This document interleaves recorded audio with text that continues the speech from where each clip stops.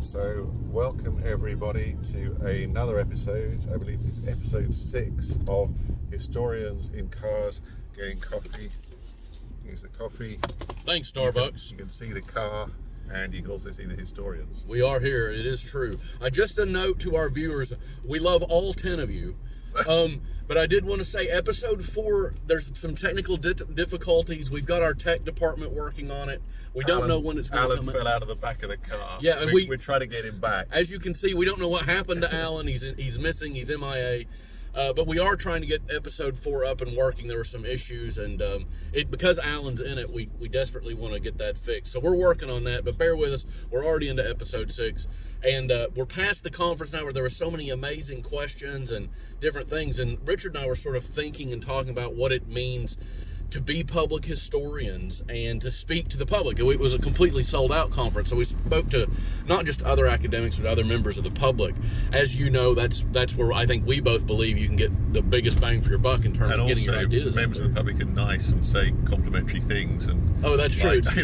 I'm not making any comment on academics. I'm just observing that members of the public are nice. Yes, and it's very unusual for academic historians to be told afterwards how much they're appreciated. Yeah. And here I can say at the East Tennessee Historical Society, we got that a lot. We did. And I told the audience that I appreciated their appreciation. That's true. In the closing remarks of the conference, Richard did say that. And it could have, if they'd started appreciating my appreciation of their appreciation, we could still be there. So fortunately, things kind of didn't get too out of hand. They fizzled out, really. But we were thinking and talking about what it means to try to communicate kind of complex historical ideas that the public might not necessarily agree with. And I think, Richard did a brilliant job talking about his book, Roar of the Lion. And if you've not gotten it, it's for sale at any good bookstore and Amazon. And I'm sure Richard would sign it for you. I would. So a lot of the book, and I'm saying this as someone who's reviewed it, focuses on the fact that there's a kind of a myth about Churchill's myth about Churchill's rhetoric in the war speeches and how everyone was so excited. Of course, through your research using the mass observation mass observation archive, yes. That's not the case, and actually, a lot of people weren't at the time in situ weren't that enamored of Churchill's speeches. Well, that's true. Yes. Yeah. Well, of course, I know, and you use the evidence to show. Yeah. But of course, what you've got is a mixed picture, really. So you do have, of course, some people who are saying, "Oh, this is absolutely marvelous, it's inspiring," but also some of them are saying, "Well, I don't know why other people aren't finding this inspiring." Yeah. And then you've got all the people kind of grumbling as well.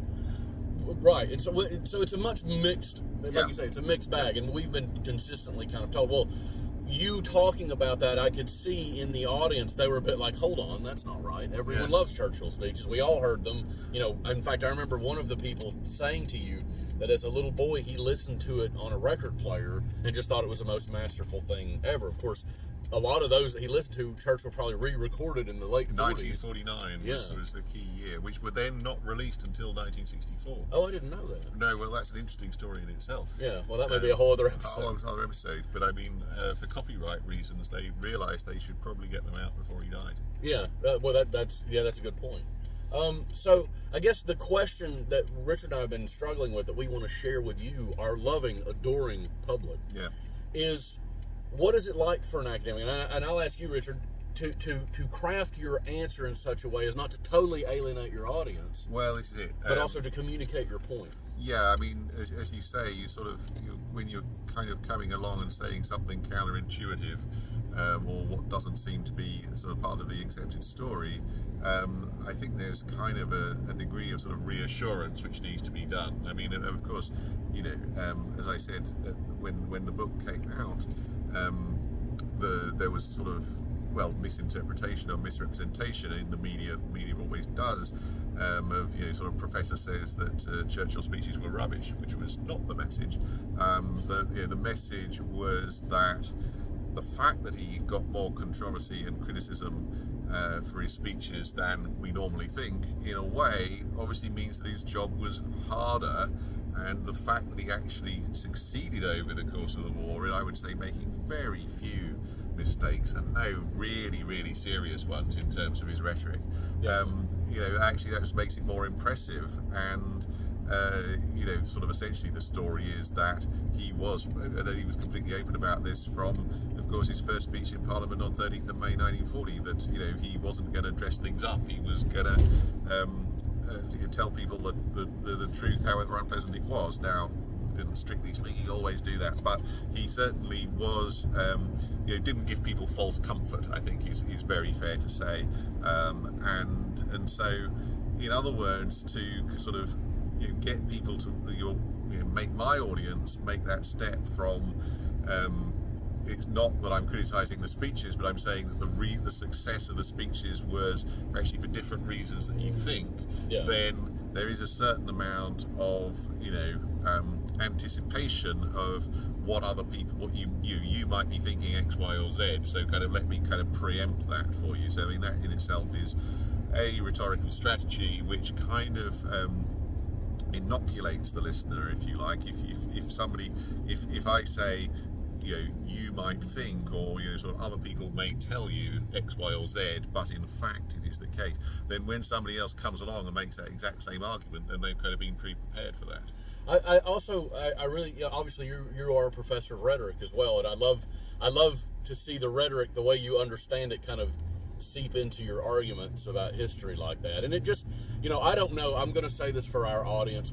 Richard and I have done a lot of projects together, and we were once compared, I think, in either the Guardian the or Daily the Mail, I believe, yes, as a Beardy, Mulder, and Scully in cardigans. Yeah. I mean, neither of us wore a cardigan. But yeah, that's also very true. And but we like this quote. Yeah, it's in fact, we probably use this in the byline. Yeah. Some people have said that we're like the like true detectives, like true historians. Completely, yeah. And so I think we got a really good thing going on here. So stay tuned. Which one are you? Are you? I'm clearly Woody Harrelson. I've clearly. Yeah. So I just need you to stop saying odd shit.